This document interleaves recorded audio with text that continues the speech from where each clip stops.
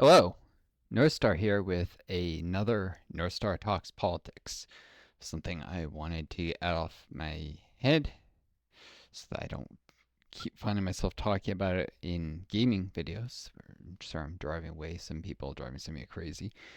This upsets me, and I'm not referring to directly to what you're looking at on the screen, though this is relevant in a second.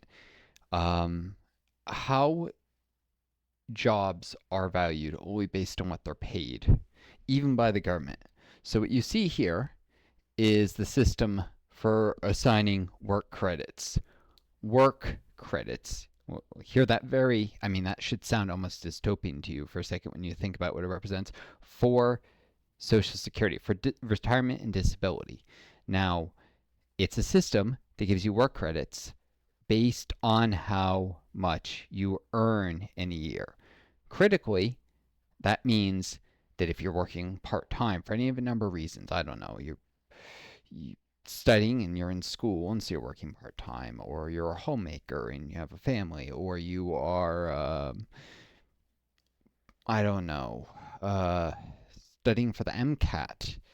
Personally, I spent a lot of time studying for the MCAT after grad school to try and get into med school. So I needed the flexibility where I could fit in some study hours during the periods of the day where I was actually alert.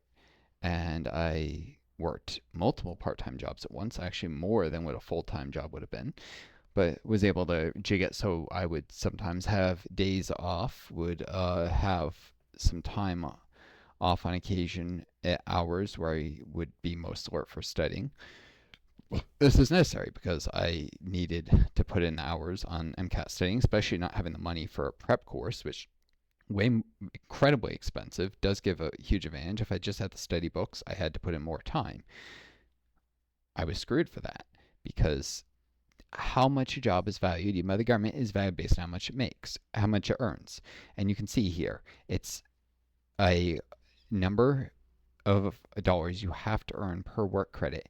And critically, you'll notice it says in 2025 that this number goes up each year, as far as I can tell. Probably goes up with inflation, meaning that if there's a bout of inflation like there just was, suddenly people aren't eligible for retirement or disability who were previously, because suddenly their previous work doesn't earn enough work credits anymore. Or maybe it's not telling you and it's retroactively doing it by what the work credits were then. But since the minimum wage doesn't go up with inflation, even so, that screws people now as the minimum wage has become worth. The federal minimum wage has become worth less thanks to inflation. And a lot of low paid jobs are tied to that somehow.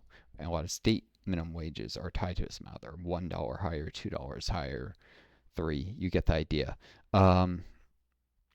Now, there's also requirements based on age, and this is a recent work thing, which doesn't seem so bad, but you have to have worked half the time since the age of 21. This can screw people who go to grad school. Many people are in grad school till like the age of 25 if they're trying to become a scientist, a physician. That's not technically graduate school, but graduate medical education.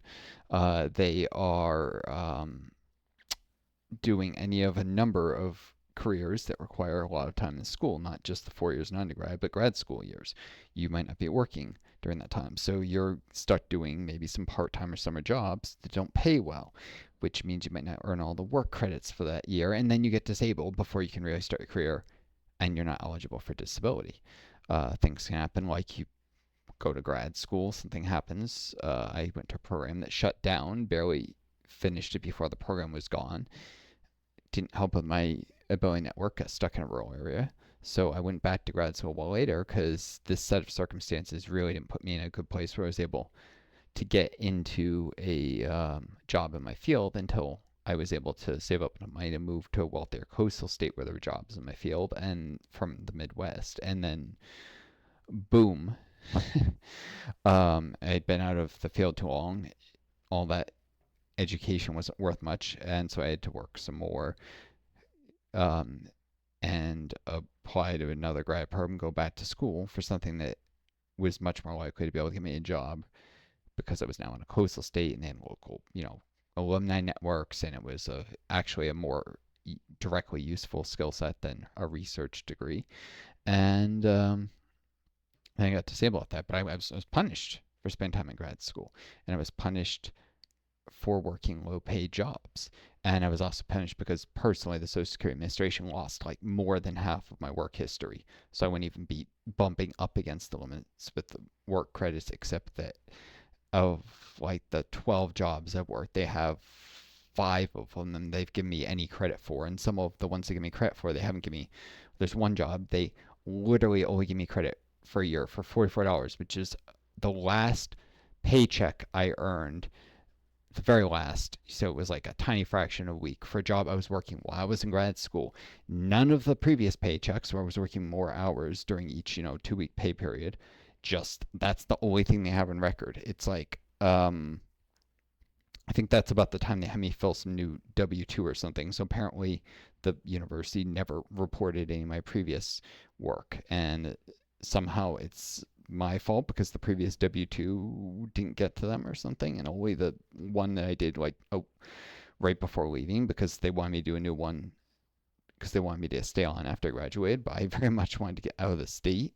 Didn't expect, as it happened, family wouldn't help me do that. And I got stuck in the rural area. And at that point, I was looking for full-time work, not the part-time thing I'd done in grad school. Um, so I personally also got screwed by that, but I got screwed by this. And this goes to an issue with society. This isn't just complaining about my own personal problems. We value work, as I said, based on how much it earned, not its how much it earns, not its utility to society. Those two things are not the same. How valuable a job is and what's paid are not intimately connected, or rather, they run through the filter of supply and demand. If there are lots of people who can work a job, it will pay less. It doesn't matter how valuable that work is. It's only a theoretical society where the economy has stopped growing and every sector is completely saturated that there's even anything like a direct connection between how valuable a job is and what it pays. Because at that point, every sector of the economy has expanded to the point, theoretically, that workers are being paid as much as they're producing. But that in reality never happens. You see monopolies and market distortions, and economies are still actively growing. All these things mean that some fields have very high exploitation ratios where a worker produces a lot of value for a company and they're only paid a little, and some fields have lower ones, especially fields that are considered unskilled work, uh, which are jobs like, retail, like menial factory work. These things are often paid a tiny fraction of the value they produce, where say an engineer or a scientist is more likely to make, maybe 80% of the value they produce, 90%. The margins are much tighter for the employer than they are for employing unskilled work. But that doesn't mean the unskilled work wasn't producing value for society. And it doesn't mean that we don't, need those people critically. Without grocery workers, without pharmacies, without bus drivers, our society would grind to a halt. These things are necessary. Um, Delivery men, hairdressers, you can name a lot of relatively low paid fields. Well, hairdressers aren't actually that bad. But you cannot go around doing this. Not to mention, nobody's taught, like when they're growing up, that there's this work credit system. No one knows it exists, and no one is going to go check to see if the information is accurate and if they're getting the work credits they should. They might briefly check to see if the Social Security Administration has some record they worked at a given company, but very few people are at the age of 25, when I would have had to check if something I did when I was 22 was being accounted for correctly, see if I got, credit for all the shifts I did with the part-time job I was working 3 years earlier, or well, actually 25 would be the full-time TAing, or, so 27.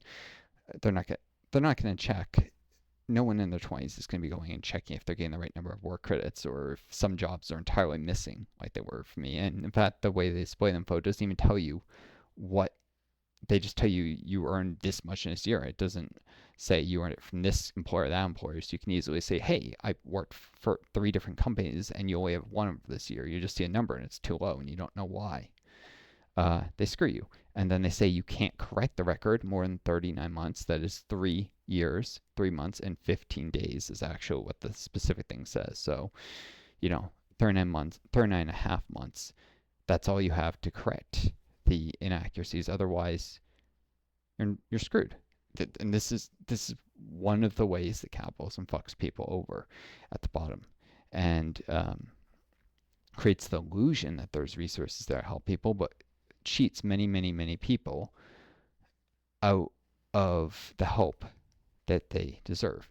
It also says since 1978 you can earn up to a maximum of 4 credits per year. I suspect they capped it before then, so you couldn't even, if one year you could have earned easily, 12.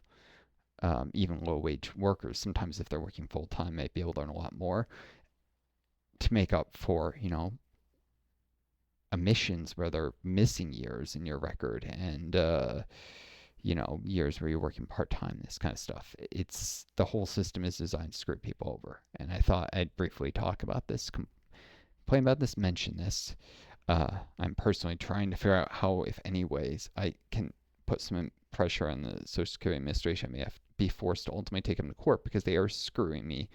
They literally have a year where I worked as a TA, made thousands of dollars, and they have my earnings for that year is $0. And it's not like I wasn't paying taxes or something.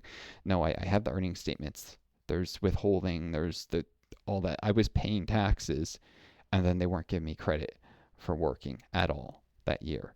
And that one job would make the difference between being eligible and work credits or not. Not to mention like the 5 other jobs they haven't paid me. I mean, they haven't given me any credit for as well. Act as if I got paid anything for, or the job that has like only my last shift ever. It's ridiculous. But our system is rife with these kind of abuses. So, oh, jeez. You folks weren't seeing. Okay, so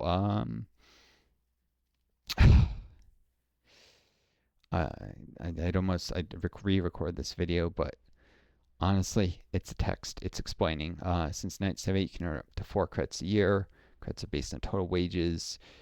The amount you earn may change. The amount of earnings it takes to earn a credit may change each year, and does. They increase it every year.